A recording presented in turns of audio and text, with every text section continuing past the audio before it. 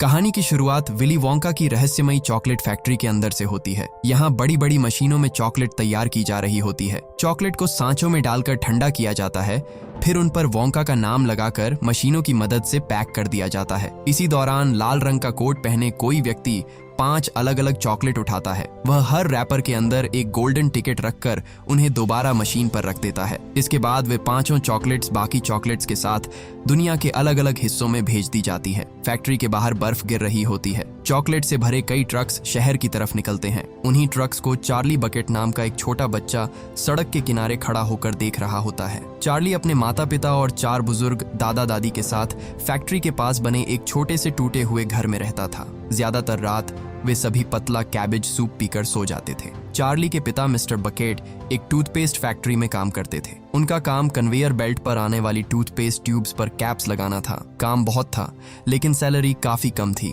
Factory में कभी कोई खराब या टेढ़ी कैप मिलती तो वे उसे घर ले आते थे। चार्ली उन्हीं कैप से वोंका की फैक्ट्री का एक छोटा मॉडल तैयार कर रहा था। उस दिन भी उसके पिता को एक ऐसी कैप मिली जो किसी इंसान के सिर जैसी दिख रही थी। चार्ली उसे मॉडल में विली वोंका के सिर की जगह लगा देता है। घर के दूसरे कमरे में एक ही बड़े बेड पर चार्ली के 4 ग्रैंड पेरेंट्स रहते थे। ग्रैंडपा जो, ग्रैंडमा जोसेफिन, ग्रैंडपा जॉर्ज और ग्रैंडमा जॉर्जिना। चारों कई सालों से बेड से नीचे नहीं उतरे थे। चार्ली हर रात उनके पास बैठकर बातें करता था। उसकी सबसे ज्यादा बनती ग्रैंडपा जो से थी, क्योंकि ग्रैंडपा जो एक समय विली वोंका की फैक्ट्री में काम कर चुके थे। चार्ली उनसे वोंका के बारे में पूछता है। ग्रैंडपा जो बताते हैं कि वोंका दुनिया का सबसे बेहतरीन चॉकलेट मेकर था। उसने ऐसी आइसक्रीम बनाई थी जो धूप में रखने के बाद भी नहीं पिघलती थी, और ऐसी च्यूइंग गम जिसका स्वाद कभी खत्म नहीं होता था। एक बार भारत के प्रिंस पौंडीचेरी ने वोंका को अपने लिए चॉकलेट का पूरा महल बनाने के लिए बुलाया था। वोंका ने उसकी दीवारें, छत, खिड़कियां, फर्नीचर और यहाँ तक कि टैप्स भी चॉकलेट से तैयार किए थे। उसने प्रिंस को चेतावनी दी थी कि गर्मी आने से पहले इसे खा लेना, लेकिन प्रिंस उसी महल में रहने लगा। एक गर्म दिन पूरा महल पिघलकर चॉकलेट के तालाब में बदल गया। वोंका की सफलता देखकर बाकी चॉकलेट कंपनीज उससे जलने लगी थीं। फिकल ग्रूबर, प्रोडनोस और स्लगवर्थ ने अपने स्पाइस को वर्कर्स बनाकर उसकी फैक्ट्री में भेज दिया। वे वोंका की सीक्रेट रेसिपीज चुराकर दूसरी कंपनीज तक पहुंचाने लगे। इससे परेशान होकर वोंका ने एक दिन अपने सभी वर्कर्स को नौकरी से निकाल दिया और फैक्ट्री बंद कर दी। नौकरी खोने वालों में ग्रैंडपा जो भी शामिल थे। कई सालों तक फैक्ट्री बंद रही। फिर एक दिन अचानक उसकी चिमनियों से धुआं निकलने लगा और अंदर दोबारा चॉकलेट्स बनने लगी, लेकिन गेट्स कभी नहीं खुलते थे। कोई वर्कर अंदर जाता या बाहर आता दिखाई नहीं देता था। तैयार चॉकलेट्स बंद कार्टन्स में बाहर आती थी, मगर किसी को नहीं पता था कि उन्हें बना कौन रहा है। विली वोंका भी कई सालों से किसी के सामने नहीं आया था। अगली सुबह फैक्ट्री के गेट पर एक नोटिस लगाया जाता है। वोंका ने दुनिया भर में बिकने वाली अपनी चॉकलेट्स के अंदर 5 गोल्डन टिकट्स छिपाए थे। जिन 5 बच्चों को ये टिकट्स मिलेंगे, उन्हें अपने साथ एक फैमिली मेंबर लेकर फैक्ट्री के अंदर आने का मौका मिलेगा। वोंका खुद उन्हें फैक्ट्री दिखाएगा। इसके अलावा 5 में से किसी एक को एक स्पेशल प्राइज भी दिया जाएगा। यह खबर सामने आते ही पूरी दुनिया में वोंका चॉकलेट्स खरीदने की होड़ लग जाती है। दुकानों के बाहर लंबी लाइंस लगती है। लोग एक साथ सैकड़ों चॉकलेट्स खरीदकर रैपर्स खोलते हैं। पहला गोल्डन टिकट जर्मनी में रहने वाले ऑगस्टस ग्लूब को मिलता है। ऑगस्टस हर समय कुछ न कुछ खाता रहता था। रिपोर्टर्स के सामने बात करते हुए भी वह लगातार चॉकलेट्स खा रहा होता है, जबकि उसकी माँ मिसेस ग्लूब अपने बेटे की इस आदत पर गर्व कर रही होती है। दूसरा टिकट वेरुका सॉल्ट नाम की एक अमीर लड़की को मिलता है। वेरुका को जब भी कोई चीज पसंद आती, वह उसे तुरंत पाना चाहती थी। उसके पिता मिस्टर सोल्ट की नट्स की बड़ी फैक्ट्री थी। वेरुका के टिकट मांगते ही उन्होंने हजारों वोंका चॉकलेट्स खरीद ली और अपने वर्कर्स को नट्स छांटने के बजाय रैपर्स खोलने पर लगा दिया। 3 दिनों बाद एक वर्कर को गोल्डन टिकट मिल जाता है। टिकट मिलते ही वेरुका अपने पिता से एक और पोनी मांगने लगती है। इसी दौरान चार्ली का बर्थडे आता है। उसके परिवार के पास उसे देने के लिए सिर्फ एक वोंका चॉकलेट थी। सभी लोग ग्रैंड पेरेंट्स के बेड के आसपास बैठ जाते हैं और चार्ली धीरे धीरे रैपर खोलता है। अंदर सिर्फ चॉकलेट होती है। चार्ली थोड़ा निराश होता है, लेकिन वह कुछ नहीं कहता। वह चॉकलेट के साथ छोटे टुकड़े करता है और अपने माता पिता और 4 ग्रैंड पेरेंट्स के साथ बांटकर खाता है। कुछ दिनों बाद तीसरा टिकट वायलेट बोरेगार्ड को मिलता है। वायलेट को हर कंपटीशन में जीतने की आदत थी। वह च्यूइंग गम चबाने का वर्ल्ड रिकॉर्ड बना चुकी थी। टिकट मिलने के बाद वह रिपोर्टर्स के सामने दावा करती है कि स्पेशल प्राइज भी वही जीतेगी। उसकी माँ मिसेस बोरगार्ड भी उसे हर समय बाकी बच्चों से आगे रहने के लिए उकसाती रहती है। चौथा टिकट माइक टीवी नाम के एक लड़के को मिलता है। अब सिर्फ एक गोल्डन टिकट बचा था। इसी बीच मिस्टर बकेट की नौकरी चली जाती है। वोंका चॉकलेट्स की सेल्स बढ़ने के कारण लोगों के दांत ज्यादा खराब होने लगे थे, जिससे टूथपेस्ट की डिमांड भी बढ़ गई। टूथपेस्ट फैक्ट्री ने ज्यादा पैसा कमाते ही एक ऑटोमेटिक मशीन लगा दी, जो मिस्टर बकेट से कई गुना तेजी से कैप्स लगा सकती थी। मशीन आने के बाद उन्हें नौकरी से निकाल दिया गया। घर की हालत पहले से भी खराब हो जाती है। सूप में पानी बढ़ता जा रहा था और खाना लगातार कम हो रहा था। ग्रैंडपा, जो के पास एक पुराना सिक्का छिपा हुआ था, वह चार्ली को अपने पास बुलाकर वह सिक्का देता है और एक आखिरी वोंका चॉकलेट खरीदने के लिए कहता है। चार्ली चॉकलेट लेकर आता है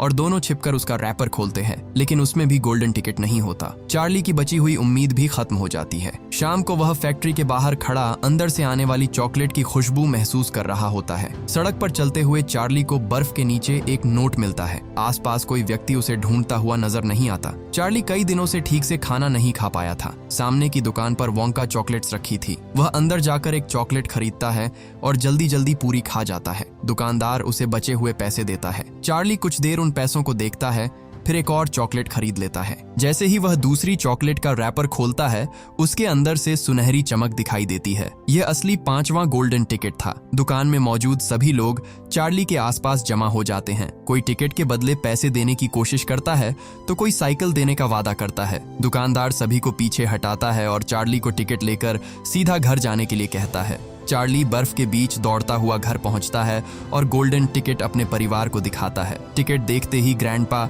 जो अचानक बेड से उठकर खड़े हो जाते हैं। कई सालों से बेड पर पड़े ग्रैंडपा, जो कमरे में नाचने लगते हैं। टिकट पर लिखा था कि टूर अगली सुबह 10 बजे शुरू होगा और हर बच्चे को अपने साथ सिर्फ एक अडल्ट लाने की इजाजत होगी। चार्ली अपने साथ ग्रैंडपा जो को ले जाने का फैसला करता है। अगली सुबह फैक्ट्री के बाहर हजारों लोग जमा होते हैं। 5 बच्चे अपने साथ आए अडल्ट्स के साथ गेट के सामने खड़े थे। ऑगस्टस अपनी माँ के साथ आया था। वायलेट और उसकी माँ ने एक जैसे कपड़े पहने थे। विरुका अपने पिता के साथ बार बार अंदर जाने की जिद कर रही थी। माइक के साथ उसके पिता थे, जबकि चार्ली ने ग्रैंडपा जो का हाथ पकड़ रखा था। ठीक 10 बजे फैक्ट्री के बड़े गेट्स खुलते हैं। सभी 10 विजिटर्स अंदर जाते हैं और गेट्स उनके पीछे बंद हो जाते हैं। कुछ दूर जाने के बाद मेन बिल्डिंग के दरवाजे खुलते हैं। अंदर विली वोंका की तरह कपड़े पहने छोटी मैकेनिकल डॉल्स दिखाई देती है। वे गाना गाकर वोंका का स्वागत करती हैं। शो के अंत में फायरवर्क्स निकलते हैं, लेकिन कुछ खराबी के कारण डॉल्स में आग लग जाती है। सभी लोग स्टेज की तरफ देख रहे होते हैं। तभी उनके पीछे से एक व्यक्ति लाठी लेकर धीरे धीरे चलता हुआ आता है। यही विली वोंका था। वह कई सालों बाद पहली बार अपनी फैक्ट्री से बाहर आया था। जलती हुई डॉल्स देखकर परेशान होने के बजाय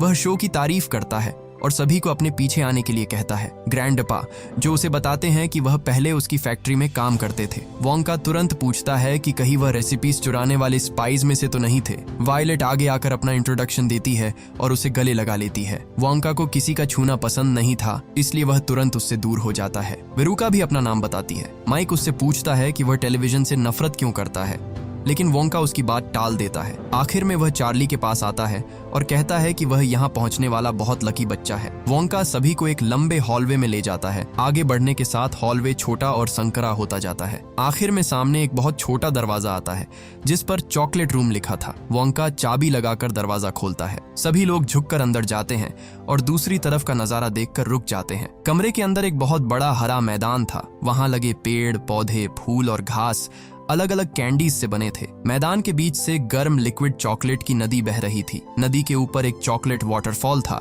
जो पूरी चॉकलेट को मिक्स कर रहा था। बड़े ग्लास पाइप्स नदी से चॉकलेट खींचकर फैक्ट्री के दूसरे कमरों तक पहुंचा रहे थे। वोंका बच्चों को वहां मौजूद चीजें खाने की इजाजत देता है। चार्ली एक कैंडी उठाकर खाता है। तभी उसे नदी के दूसरी तरफ कुछ छोटे लोग दिखाई देते हैं। वोंका बताता है कि ये उम्पा लुम्पास है, जिन्हें वह लूम्पालैंड से लेकर आया था। वहां वे खतरनाक जानवरों से बचने के लिए पेड़ों पर रहते थे और खाने के लिए कड़वे कैटरपिलर्स खाते थे। उन्हें कोको बीन्स बहुत पसंद थी, लेकिन पूरे साल में मुश्किल से कुछ बीन्स मिलती थी। इसलिए वोंका उन्हें अपनी फैक्ट्री ले आया, जहां उन्हें जितनी चाहें उतनी कोको बीन्स मिल सकती थी। वोंका की बात चल ही रही होती है कि मिसेस ग्लूप को ऑगस्टस दिखाई नहीं देता। ऑगस्टस नदी के किनारे बैठकर दोनों हाथों से लिक्विड चॉकलेट पी रहा था। वोंका उसे रोकता है, क्योंकि वह चॉकलेट को इंसानी हाथों से गंदा नहीं करना चाहता था। मिसेस ग्लूप भी उसे वापस आने के लिए कहती है, लेकिन ऑगस्टस किसी की बात नहीं सुनता। वह चॉकलेट तक पहुंचने के लिए ज्यादा आगे झुक जाता है और नदी में गिर जाता है। कुछ देर वह ऊपर आने की कोशिश करता है,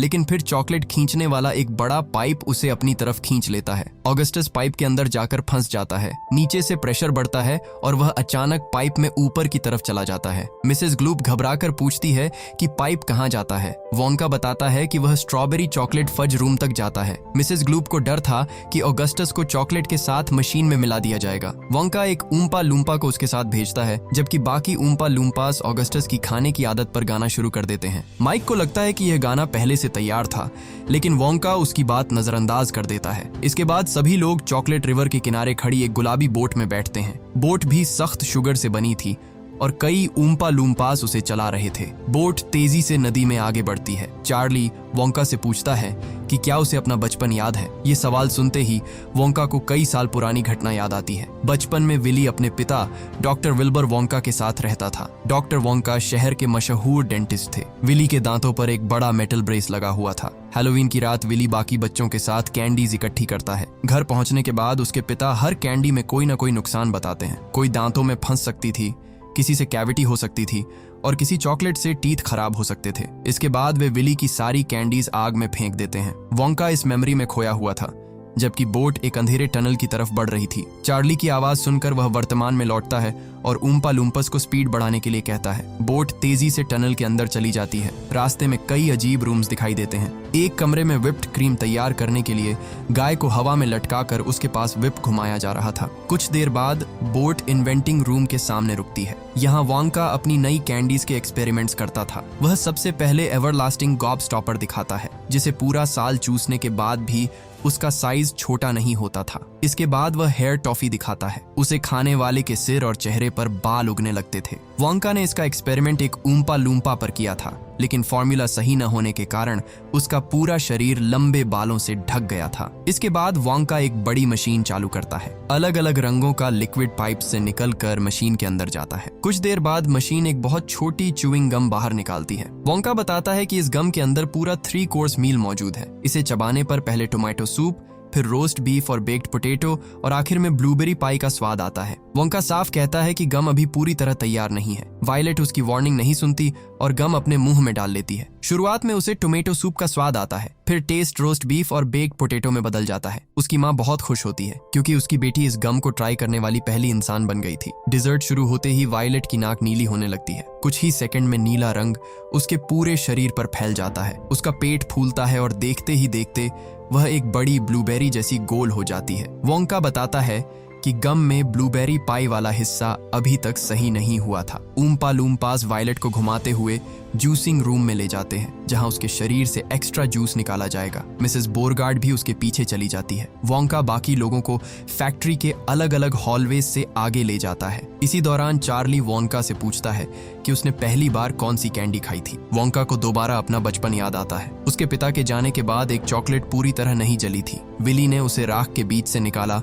और पहली बार चॉकलेट का स्वाद चखा। उसे चॉकलेट इतनी पसंद आई कि वह अलग अलग देशों की कैंडीज का टेस्ट जानने के लिए निकल पड़ा। वापस आने पर उसने अपने पिता से कहा कि वह बड़ा होकर चॉकलेटियर बनना चाहता है। डॉक्टर वोंका ने साफ कह दिया कि उनका बेटा चॉकलेट मेकर नहीं बनेगा। विली गुस्से में घर छोड़ने लगा। उसके पिता ने चेतावनी दी कि अगर वह गया तो वापस लौटने पर उन्हें वहां नहीं पाएगा। विली अपना बैग लेकर निकल गया। कुछ समय बाद जब वह वापस आया तो उसका पूरा घर उस जगह से गायब था। इसके बाद विली ने अपने पिता को दोबारा कभी नहीं देखा। मेमोरी खत्म होने पर वोंका सभी को नट रूम में ले जाता है। मिस्टर सोल्ट का अपना नट्स का बिजनेस था, इसलिए वह इस कमरे को ध्यान से देख रहा था। अंदर ट्रेन्ड स्क्विरल्स वॉलनट्स के शेल्स खोल रही थीं। वे पहले हर वॉलनट को थपथपाकर चेक करती, सही नट को खोलकर अलग रखती और खराब नट को फ्लोर में बने गार्बेज होल में फेंक देती। वेरुका को स्क्विरल्स पसंद आ जाती है। वह अपने पिता से तुरंत एक स्क्विरल खरीदने के लिए कहती है। मिस्टर सोल्ट वोंका को किसी भी कीमत पर एक स्क्विरल बेचने का ऑफर देते हैं, लेकिन वोंका मना कर देता है। वेरुका सेफ्टी गेट खोलकर खुद एक स्क्विरल पकड़ने के लिए नीचे चली जाती है। जैसे ही वह स्क्विरल की तरफ हाथ बढ़ाती है,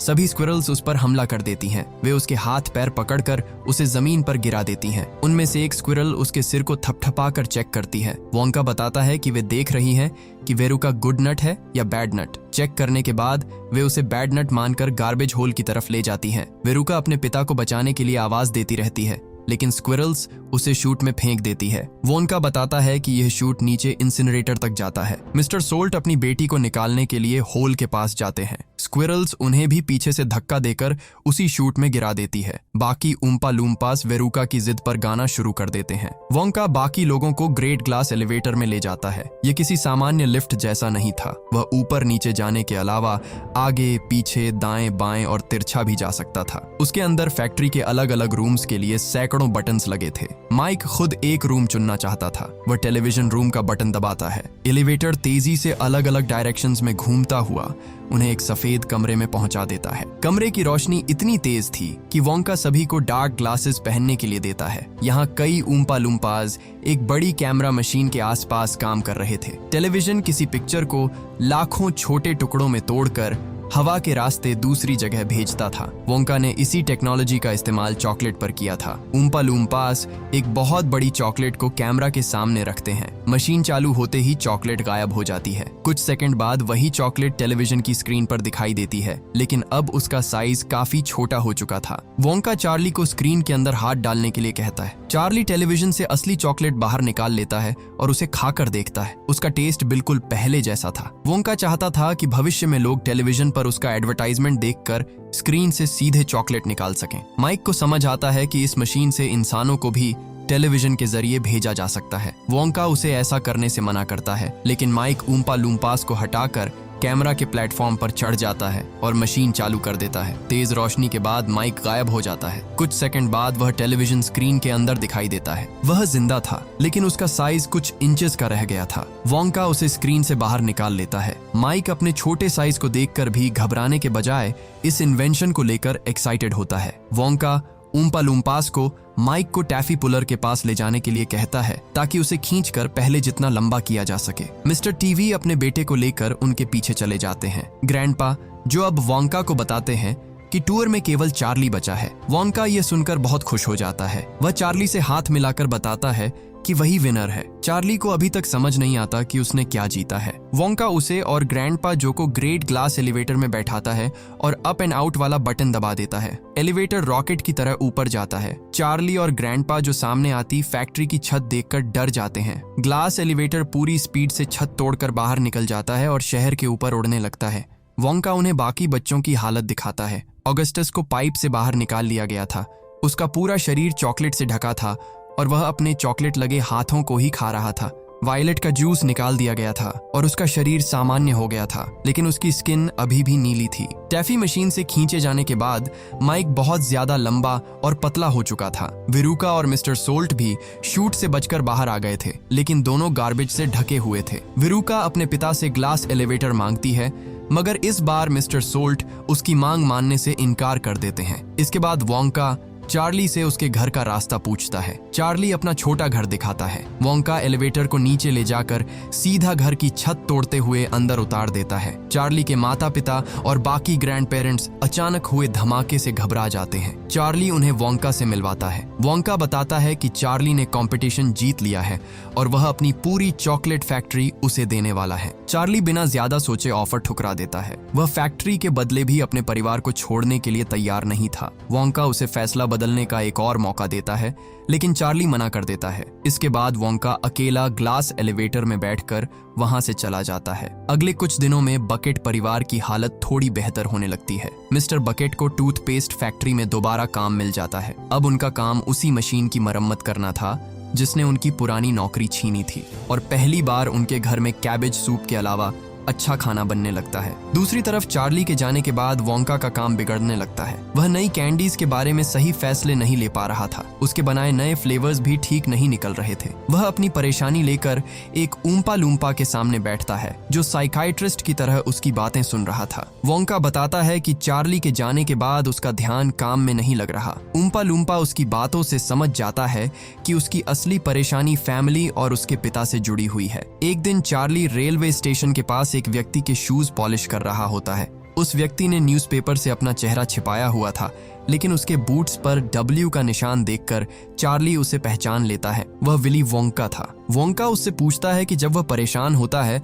तो उसे बेहतर कौन महसूस कराता है। चार्ली जवाब देता है कि उसका परिवार। वोंका फिर फैमिली की बुराई करने लगता है। चार्ली उसे समझाता है कि पेरेंट्स बच्चों को इसलिए रोकते हैं क्योंकि वे उनकी सुरक्षा चाहते हैं। उसे अपने पिता से मिलकर खुद पूछना चाहिए कि उन्होंने उसके साथ ऐसा व्यवहार क्यों किया था। वोंका अकेले जाने की हिम्मत नहीं कर पाता, इसलिए चार्ली को अपने साथ चलने के लिए कहता है। दोनों ग्लास एलिवेटर से एक खुले मैदान में पहुंचते हैं। वहां बीच में वही पुराना घर मौजूद था जो कई साल पहले अपनी जगह से गायब हो गया था। घर के बाहर डॉक्टर विल्बर वोंका का नाम लिखा था। चार्ली दरवाजा खटखटाता है। बूढ़े डॉक्टर वोंका बाहर आकर पूछते हैं कि क्या उनके पास अपॉइंटमेंट है। चार्ली कहता है कि वोंका को दांत चेक कराने की जरूरत है। डॉक्टर वोंका उसे डेंटिस्ट की चेयर पर बैठाकर उसके दांतों की जांच करते हैं। कुछ ही देर में वे दांतों को देखकर अपने बेटे को पहचान लेते हैं। कमरे की दीवारों पर विली की सक्सेस से जुड़ी कई न्यूज़पेपर कटिंग्स लगी थीं। उसके पिता इतने सालों से उसकी हर कामयाबी की खबर संभाल कर रख रहे थे। ये देखकर विली पहली बार अपने पिता को गले लगा लेता है। अंत में चार्ली का पूरा घर